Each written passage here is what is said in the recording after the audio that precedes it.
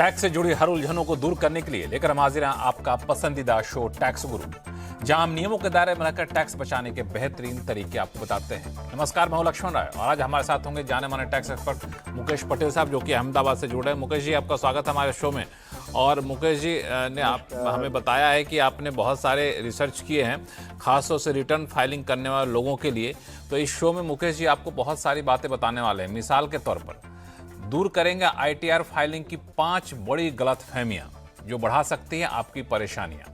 Notice और refund से बचने के लिए आईटीआर फाइलिंग के स्मार्ट टिप्स भी बताएंगे और साथ में भी बताएंगे कि अगर आपके पास खेती की जमीन है, खेती की जमीन से आमदनी हो रही है, विरासत में प्रॉपर्टी मिल गई है, तो आप तो खुश तो बहुत हो रहे होंगे, लेकिन टैक्स की चिंता भी सता रही होगी। तो उस चिंता को भी दूर करेंगे इस शो में, तो कहीं जाइएगा नहीं अगले आधे घंटे तक। लेकिन सबसे पहले शुरुआत करते हैं इनकम टैक्स रिटर्न फाइल करने को लेकर के, क्योंकि ये इनकम टैक्स रिटर्न फाइल करने की अब शुरुआत हो गई है और लोगों में बहुत कई लोग होंगे कोशिश कर रहे हो कि समय से पहले फाइल कर लिया जाए, कई लोग होंगे इत्मीनान से बैठे होंगे, कई लोग अपने टैक्स कंसल्टेंट के भरोसे होंगे। लेकिन आप तीनों कैटेगरी में आते हो, इसके बावजूद 5 चीज़ों का ख्याल ज़रूर रखिएगा। भले ही किसी कैटेगरी में ना आते हो, फिर भी 5 चीज़ों का ख्याल रखिएगा, क्योंकि बड़ा दिलचस्प गलतफहमियां दूर करने वाले मुकेश पटेल साहब। मुकेश जी, सबसे पहला सवाल आपसे ये कि लोगों के मन में सबसे बड़ी गलतफहमी क्या होती है इनकम टैक्स रिटर्न फाइलिंग को लेकर के? सबसे बड़ी गलतफहमी ये होती है कि भाई हमें कोई टैक्स भरना नहीं है, इसलिए आईटीआर भी भरना नहीं है। तो लक्ष्मण जी, ये सबसे बड़ा मिसकंसेप्शन गलतफहमी है, जिसके कारण आपकी परेशानियां बढ़ सकती है। देखिए, बहुत सारी सिचुएशंस ऐसी हो सकती है जहां आपका टैक्स भरने का जीरो हो। मान लीजिए आपको रिबेट का फायदा मिल रहा है तो जीरो टैक्स होगा, पर इसका मतलब ये नहीं है कि आपको रिटर्न नहीं भरना है। मान लीजिए आपकी कोई एग्जम्प्ट इनकम है, आप समझते हैं कि भाई मेरे तो पूरा एग्जम्पशन है, घर बेचा मैंने सामने और घर ले लिया, तो इससे क्या फर्क पड़ता है। पुरानी स्कीम का फायदा लेने वाले भी ये सोचते हैं कि मेरे को तो अभी डिडक्शंस मिल रहे हैं, तो 5-7 लाख तक मेरी इनकम डिडक्शन के साथ हो जाती है, क्या फर्क पड़ता है। लक्ष्मण जी, इनकम टैक्स एक्ट के पुराने और नए एक्ट दोनों में ये बहुत स्पष्ट प्रावधान है कि इंडिविजुअल और एचयूएफ के केस में हम बात करें तो आपकी ग्रॉस टोटल इनकम, माना डिडक्शंस और स्पेसिफाइड एग्जम्पशंस को गिने बिना अगर पुराने में 2.5 लाख और नए में 4 लाख, उसकी जो बेसिक एग्जम्पशन लिमिट है उसको आप क्रॉस करते हैं, वो सब जोड़ते हुए तो भी आपको रिटर्न फाइल करना होगा। आप ये नहीं कह सकते हैं कि भाई मेरी टोटल इनकम जीरो है। There is a difference between the two, तो ये ध्यान में रखना है। बिल्कुल, एक सेकंड, मैं बहुत अहम बात ये दूसरी पे आऊंगा मैं आपके पास, लेकिन ये जो लाइन आपने बताई मुकेश पटेल साहब, बहुत ही दिलचस्प लाइन है। मैं चाहता हूं कि इसको फिर से क्लैरिफाई कर दूं लोगों को कि जिन लोगों को इनकम टैक्स की देनदारी नहीं बनती है, इसका मतलब ये कतई नहीं है कि आपको इनकम टैक्स रिटर्न फाइल नहीं करना है। अगर इनकम टैक्स की देनदारी नहीं बनती है, लेकिन डिडक्शन वगैरह छोड़ दीजिए, सब कुछ छोड़ दीजिए, सिर्फ आपको अगर आमदनी होती है, सालाना आमदनी 2.5 लाख रुपए, अगर पुरानी टैक्स रिजीम में है तो, और नई टैक्स रिजीम में है तो 4 लाख रुपए। 4 लाख रुपए सही कह रहा हूं मुकेश जी? बिल्कुल बिल्कुल। हाँ, 4 लाख रुपए अगर आपकी आमदनी हो रही है, नए टैक्स रिजीम में 4 लाख, पुराने में 2.5 लाख रुपए, तो आपको इनकम टैक्स रिटर्न फाइल करना ही करना है। ये 2.5 लाख और 4 लाख जो बता रहा हूं, वो डिडक्शन वगैरह को छोड़ दे, भूल जाइए, वैसे ही मोटा मोटी आपको पैसा हो रहा है। तो अगर उससे ज़्यादा हो तो रिटर्न फाइल करिए।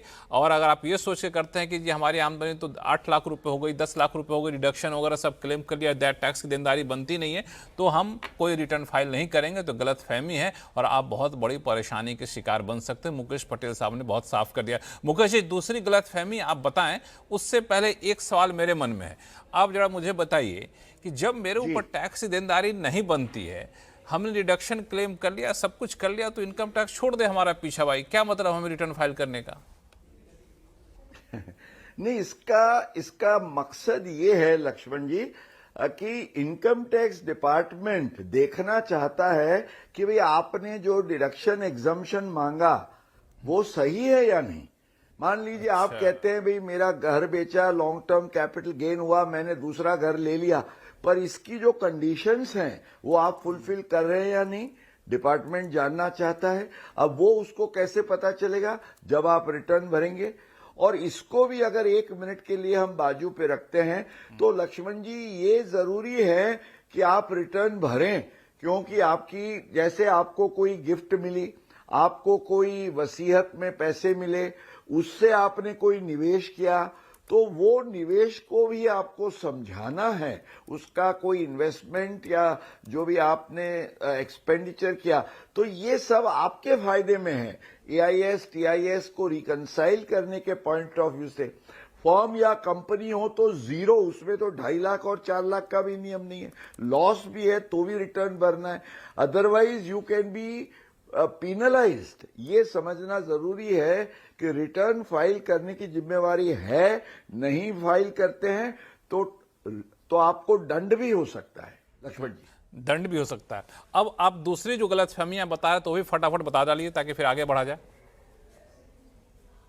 बिल्कुल, दूसरा जो मैंने बताया इसी अनुसंधान में कि आपकी एग्जम्प्ट इनकम है तो आपके हित में है कि ये आप शेड्यूल ऑफ एग्जम्प्ट इनकम्स में इसको दिखाएं, क्योंकि ये नहीं दिखाएंगे तो मैंने जैसे बताया आगे ये रिकंसिलिएशन डिफिकल्ट है, और इसके सिवा आपका रिटर्न भी है वो इनकम्प्लीट और इनकरेक्ट माना जाएगा, क्योंकि वेरिफिकेशन में आप कहते हैं कि मैंने सब डिटेल्स सही भरी है। अब एग्जम्प्ट इनकम भी जो अगर आप डिटेल्स नहीं भरते हैं तो Laxman ji you can come in great difficulty. This is the second thing you have to keep in mind. और तीसरा ये है लक्ष्मण जी कि आपका रेसिडेंशियल स्टेटस आप सही बताएं। बहुत सारे एनआरआईज होते हैं, ये समझते हैं कि भाई हम हमारी इंडियन इनकम जो है वो दिखाई तो रहे हैं, उस पर टैक्स तो भर ही रहे। अब कई लोगों के ये ध्यान नहीं रहता है कि हम नॉन रेजिडेंट का स्टेटस दिखाएं। अब होता यह है कि आप रेजिडेंट का स्टेटस दिखाते हैं एनआरआई, आपकी फॉरेन एसेट्स है वो डिक्लेयर नहीं करते। भविष्य में जब आप आएंगे और वो एसेट्स लाएंगे तो उसको आप कैसे एक्सप्लेन करोगे? डिपार्टमेंट चैलेंज करेगा आपका स्टेटस।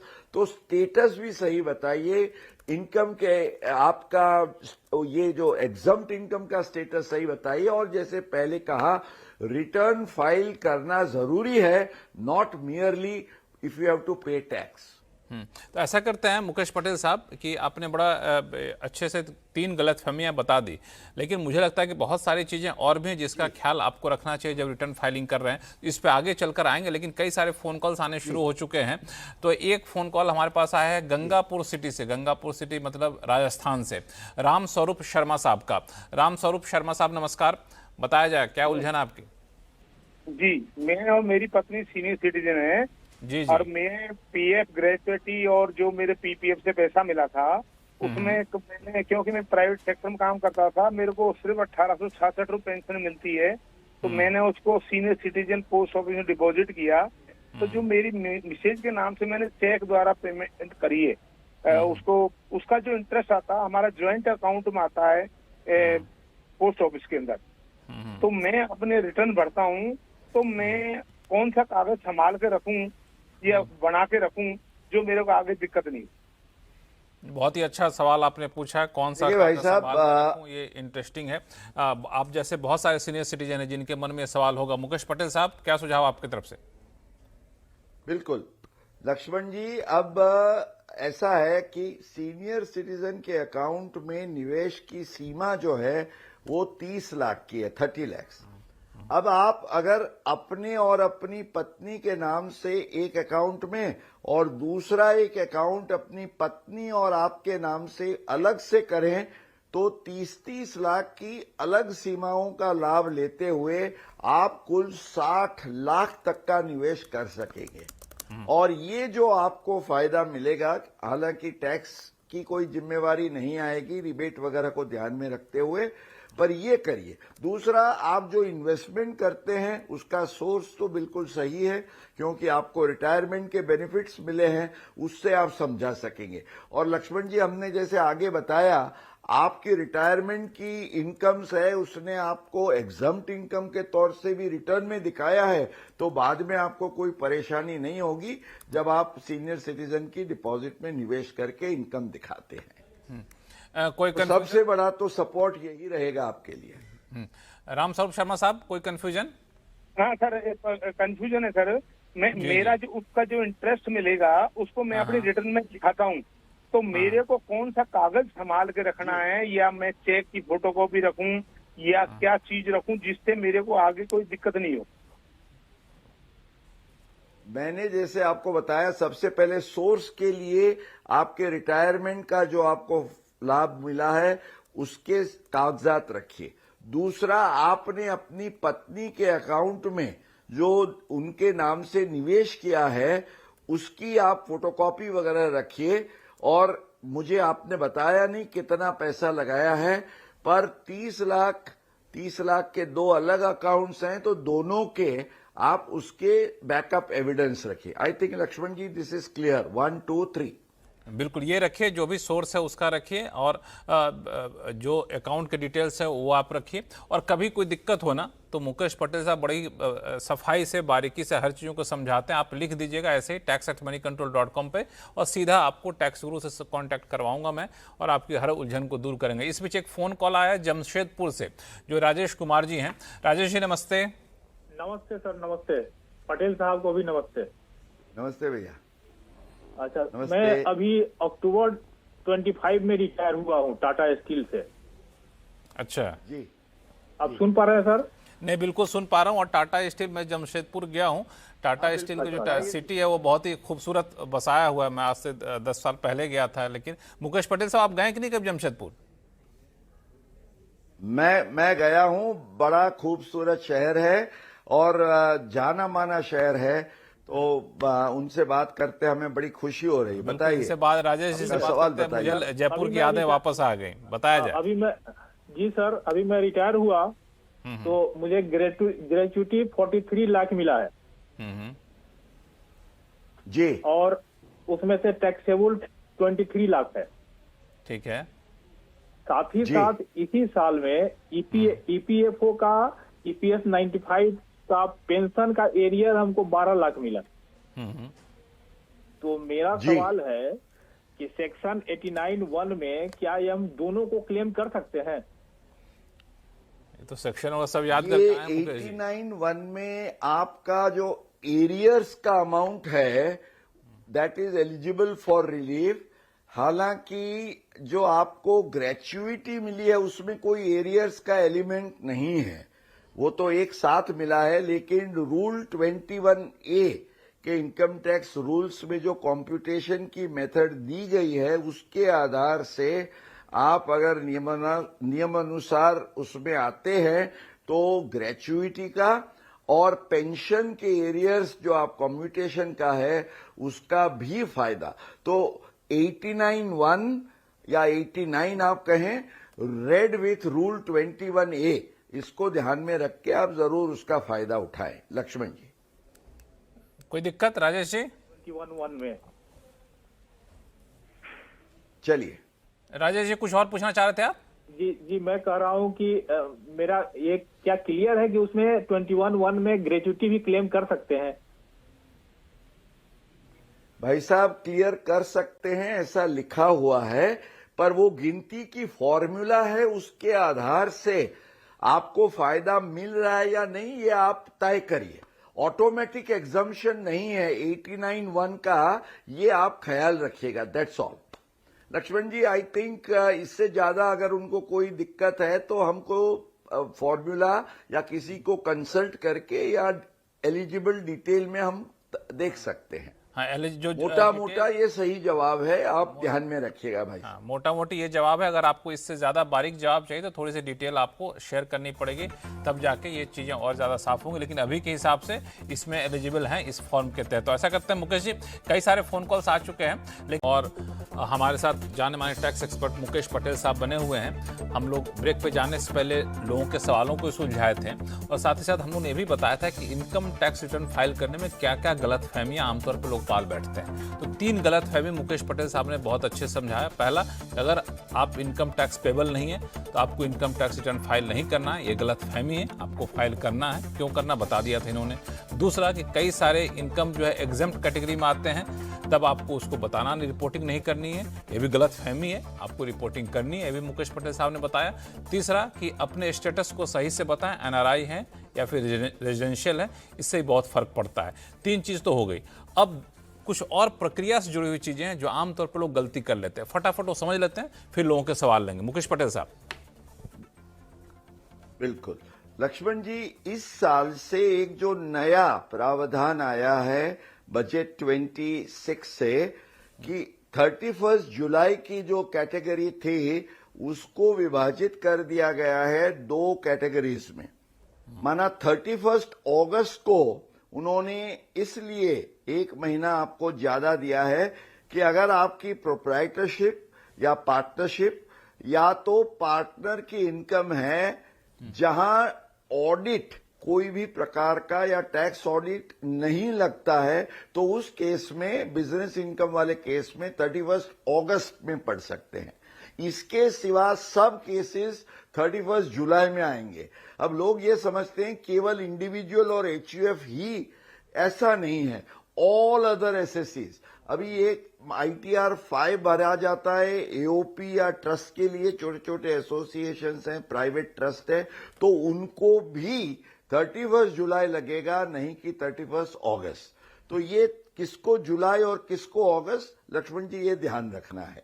और सबसे अंतिम एक बहुत महत्वपूर्ण बात है, वो ये है कि schedule AL, assets and liabilities जिनको भरना है, जिनकी टोटल इनकम 1 करोड़ से ज्यादा है, वो कई बार क्या कहते हैं कि भाई एसेट्स तो दिखा दिए हमने, पर लायबिलिटीज में वो इतना ध्यान नहीं देते हैं। ये प्रॉब्लम खड़ा कर सकता है, क्योंकि कई बार आपने 2-3 करोड़ का निवेश किया तो उसमें 1-1.5 करोड़ आपने अपने फैमिली मेंबर्स या कहीं से लोन ली, लायबिलिटी की, तो ये आप नहीं दिखाएंगे। आपको क्वेरी आएगी तो आप कहेंगे ये तो मेरा एसेट है, पर कहां से सोर्स किया, उतने फंड्स आपके नहीं हैं।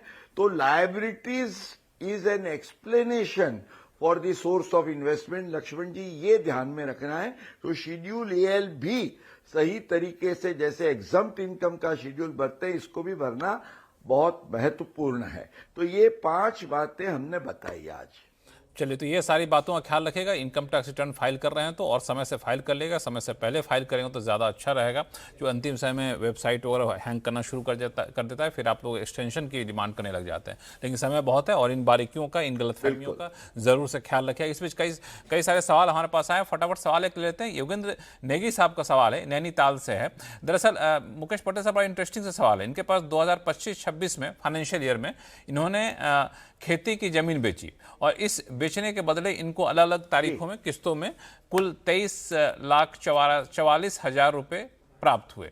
और ये जो पैसे मिले ये दरअसल चेक के जरिए मिले, लेकिन इस पर कोई TDS नहीं कटा है। और ये ट्रांजैक्शन इनके AIS TIS में भी दिख नहीं रहा है। अब ये ITR 2 भर रहे हैं क्योंकि इनको शेयर बाजार वगैरह से आमदनी होती रहती है।